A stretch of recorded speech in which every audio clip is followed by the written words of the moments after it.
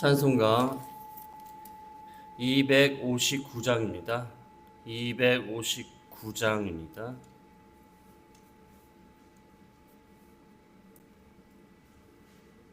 259장으로 아침 예배 드리겠습니다.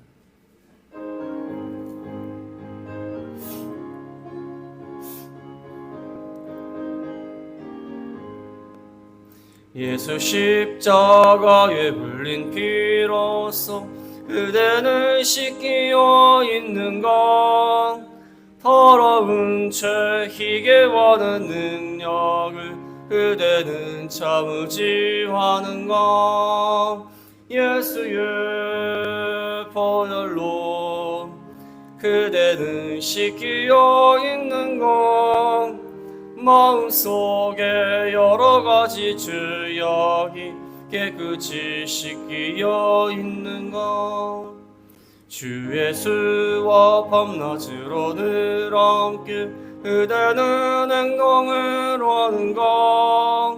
아무 때나 어디서나 그대는 십자가 붙들고 있는가? 예수의 보혈로 그대는 씻기어 있는가?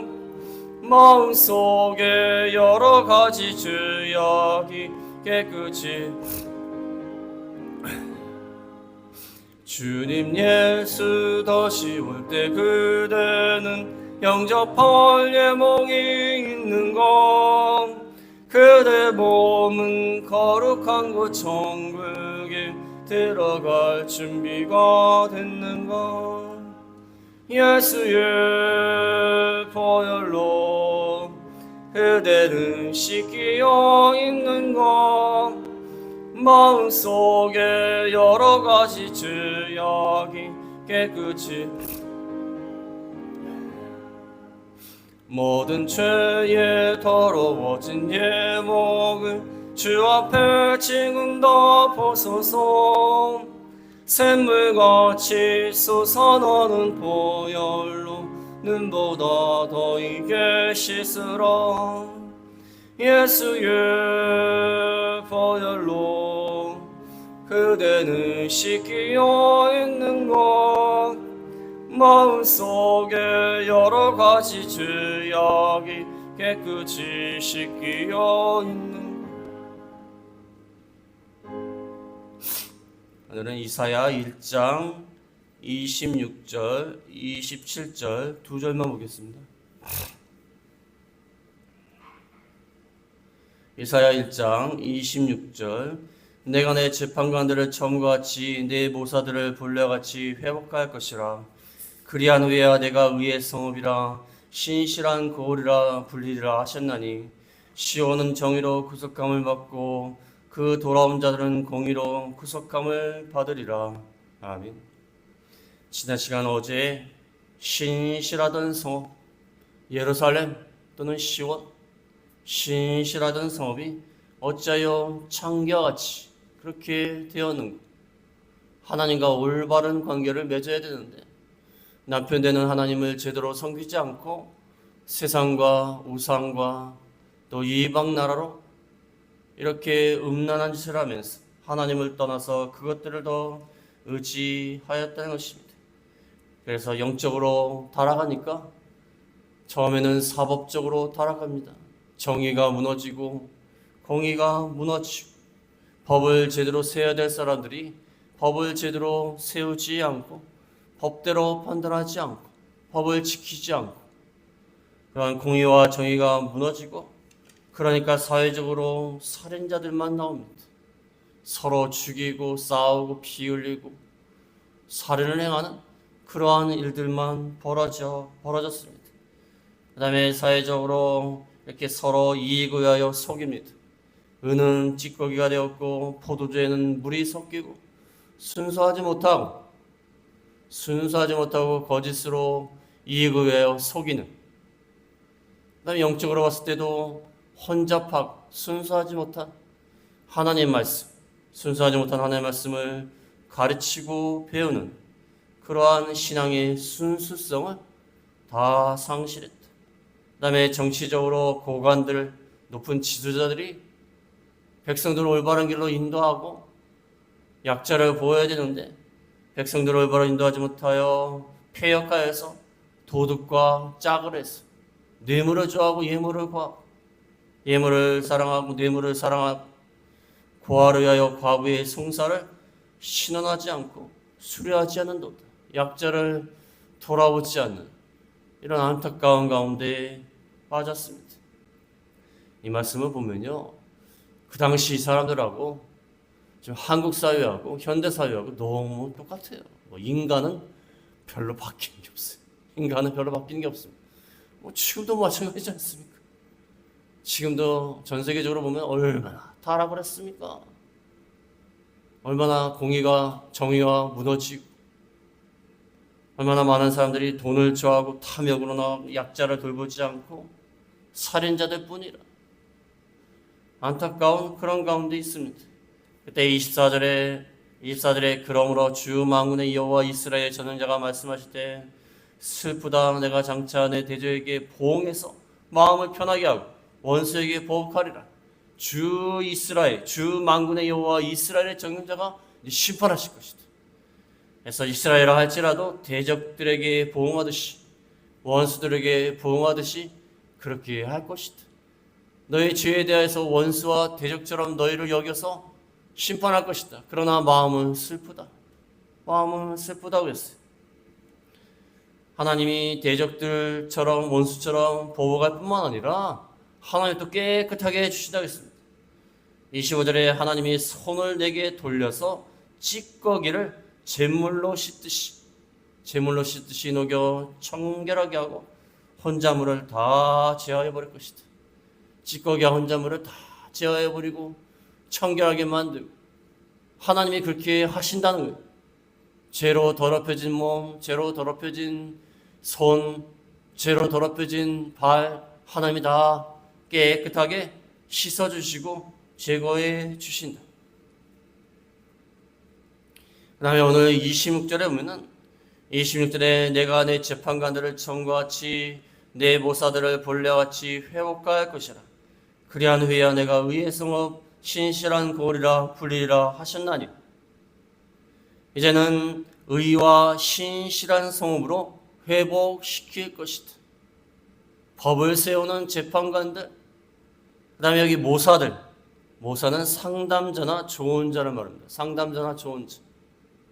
남에게 올바른 정보를 주고 올바른 길로 인도하는, 그러니까 법을 세우는 재판관이나 남을 올바른 길로 상담해주는 이 모사들, 본래와 같이 회복할 것이다.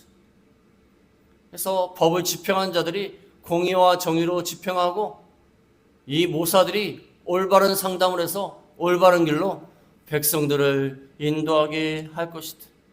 그러한 후에야 내가 의의 성읍이라 신실한 고의라 불리라 하셨나니 시온이 이제 의의 성읍이다. 신실한 고을이 될 것을 말씀을 하고 있습니다.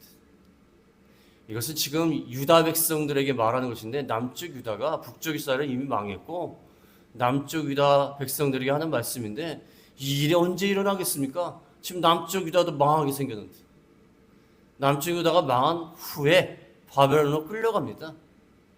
이 말씀은 언제 이루어지겠습니까? 나중에 바벨론에서 돌아와서 포로에서 돌아와서 이제 성전을 건축하고 그 다음에 예수님 오시는 거예요. 예수님 오셔가지고 하나님 나라를 이루어 나가시면은 예수님 오심으로 하나님 나라가 시작이 되었고 그 나라가 이루어지면 이제는 온전한 의의 성읍과 신실한 거울로 회복시킬 것을 말하는 것입니다. 하나님의 나라는 온전한 의와 정의가 이루어지는 성읍이고 나라입니다. 신실한 거울, 하나님과의 신실한 관계가 회복될 것이다. 그리스도가 이루시는 그 하나님의 나라를 통하여 이 신약시대의 교회를 통하여 교회의 머리가 되시는 예수님, 교회의 몸이 되는 이 교회를 통하여서 하나님 나라가 이루어지는데 그 안에서 의의 성읍이라 신실한 거울이라 불려지게 될 것이다. 하나님이 공의와 정의를 세우시는 거예요. 그리스도가 오셔서 하나님 나라를 이루실 때 공의와 정의가 세워지고 이루어 나가고 그 나라는 의와 정의가 충만한 그런 나라가 될 것이다. 그것을 말하는 겁니다. 지금 남쪽 유다가 좀 다 망하게 생겼는데 그 남쪽 유다를 통해서 이루어지겠습니까? 예수님을 통해서 이루어지는 겁니다. 예수님을 통해서 모든 것이 회복이 되고 의가 회복이 되고 정의가 회복이 되고 신실한 모습으로 회복될 것을 이렇게 말하고 있습니다.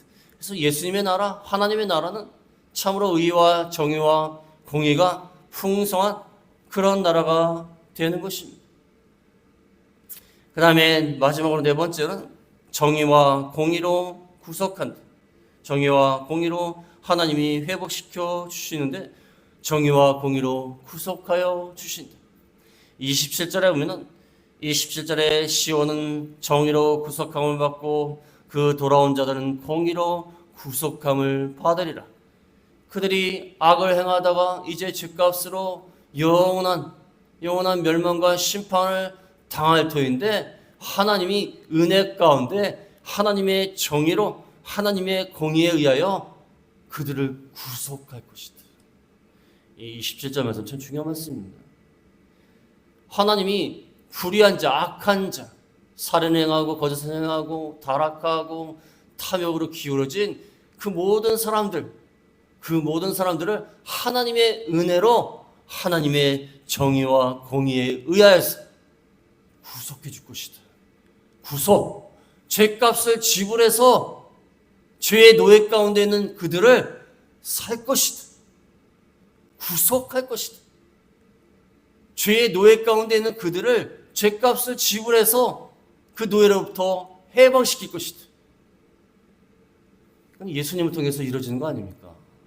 예수님 오셔가지고 우리 죄 대신에 십자가를 지심으로 말미암아 죄값을 대신 치루어 주심으로 그를 믿는 자마다 예수님이 행하신 그 의를 통하여서 우리가 구원함을 받는 것입니다. 대신 형벌을 치러주시고 대신 말씀을 지켜주신 그것을 통하여서 우리가 그를 믿음으로 말미암아 구원함을 구속함을 받는 것입니다. 죄값을 대신 치러줬어요. 그 다음에 우리 대신 말씀을 지켜주셨어요. 그러니까 그를 믿을 때에 우리가 우리의 죄값이 다 깨끗이 정결케 되고 예수님이 대신 말씀을 지켜주심으로 우리가 지킨 것이 되었어요. 그래서 하나님의 정의와 공의로 우리가 구속함을 받은 것입니다.